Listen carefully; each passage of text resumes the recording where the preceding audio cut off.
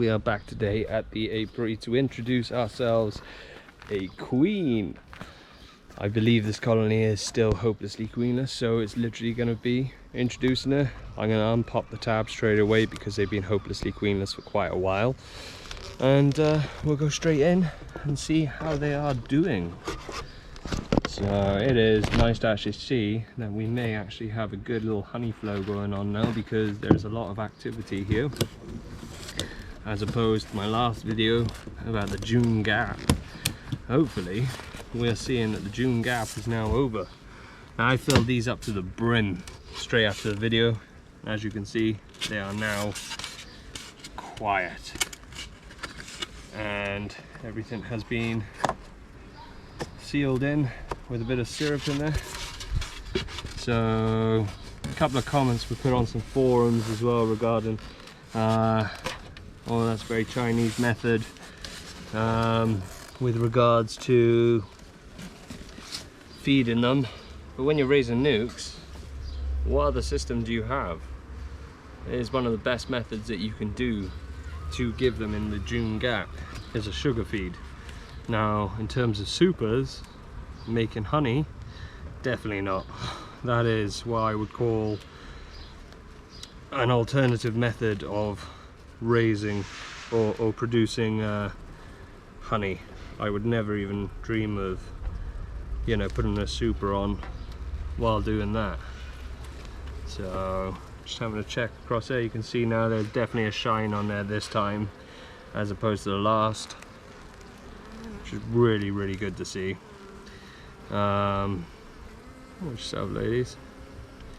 So I'm just going to pop that there a second, just going through just to make sure that we are definitely hopelessly queenless. That's a nice heavy frame. I think I've honey bound them, because there is a shine on there. Let's hope that they're not all like that, because she won't have nowhere to lay. That is the problem when you do a sugar feed, is sometimes you can put too much in. You don't gauge it at the correct sort of aspect. That's a better size sort of frame. Ah! Wait, no. Did I put emergency cells in this one? I think I may have done this to raise a queen. Hence why we've got emergency cells in there. I can't see no eggs. So come back to that one in 2 seconds.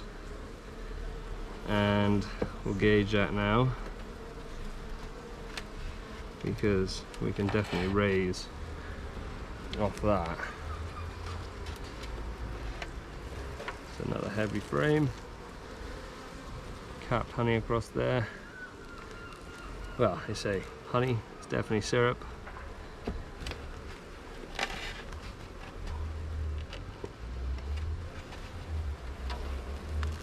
That's a better one.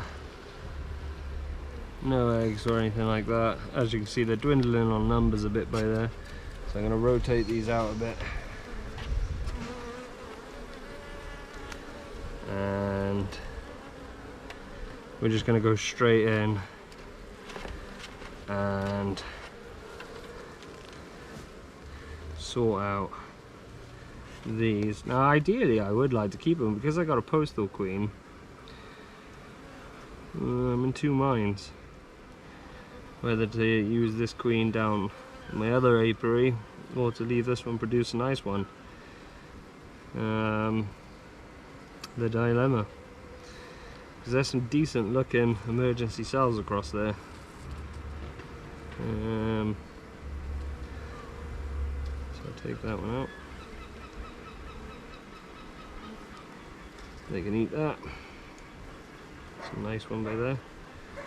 Can eat that. Yeah, screw it. We'll stick it in this one,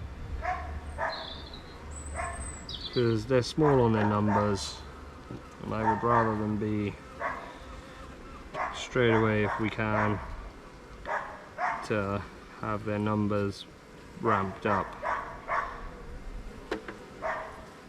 Now, your number one lesson by ear is trusting this one frame would be dangerous. So what we need to do is shake them off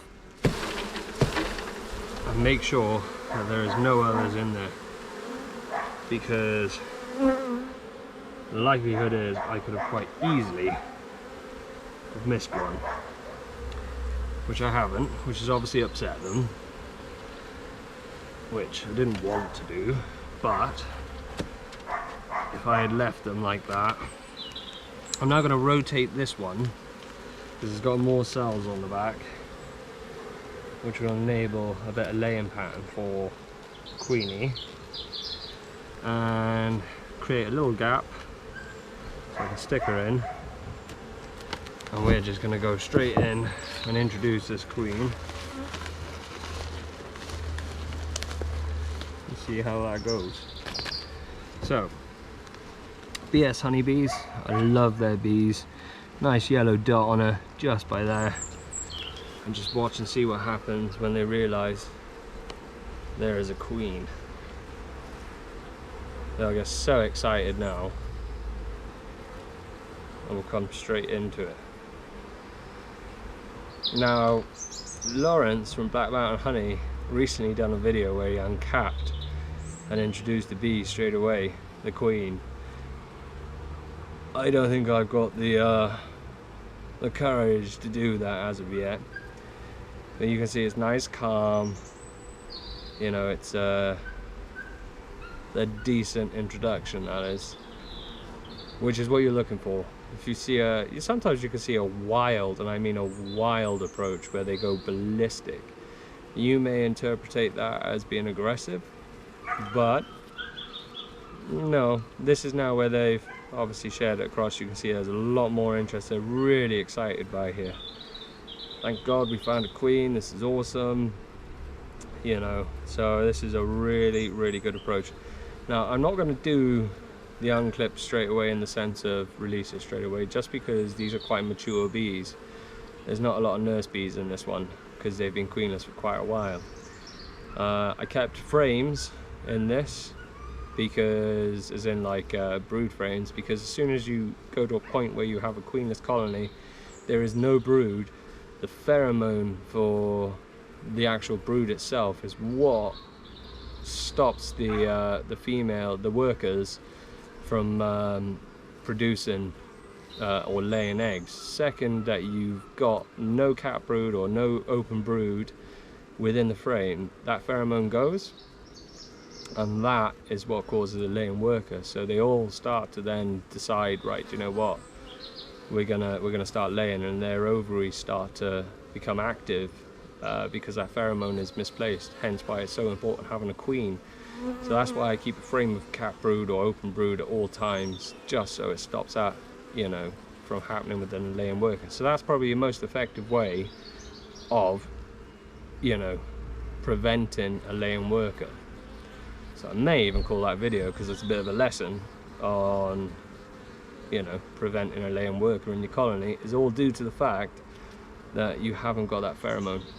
And as soon as you've got the open brood and brood within a colony, it prevents laying workers essentially from starting. Now, that's not foolproof, so you may even still end up with a laying worker, but you can even see right now, right this very moment, these bees are even trying to feed right through there for this queen. So that's really good for me.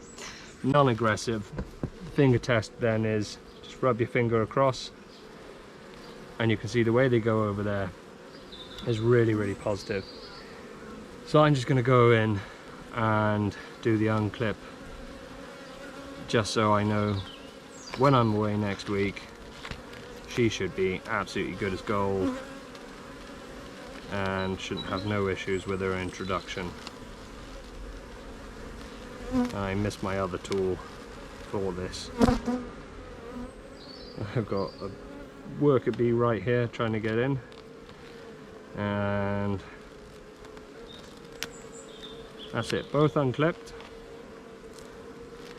And sometimes it's good if you can tear them off, because when you push them down, sometimes they can, of course, end up getting in there. I don't want to leave plastic in my hives, so I'm just going to place her straight in. I'm sure she'll be out very soon to say hello. Let's stick her down where she's going to be stuck in nicely, because I got a feeling that's going to drop until this corner is wedged in, like so. Give her a wiggle down a bit. And that's her. Leave them to it. They're all going to give her lots of loving. We'll come back and we'll see how this one's done, but that is ultimately the best way of preventing a laying worker without a queen, is ensuring that you have cap frames or open brood frames within that colony. So yeah, if you like that video, hit like, hit subscribe. Thank you for all my new subscribers, much appreciated. And drop a comment, let me know where you're from, where you're watching from. Peace out.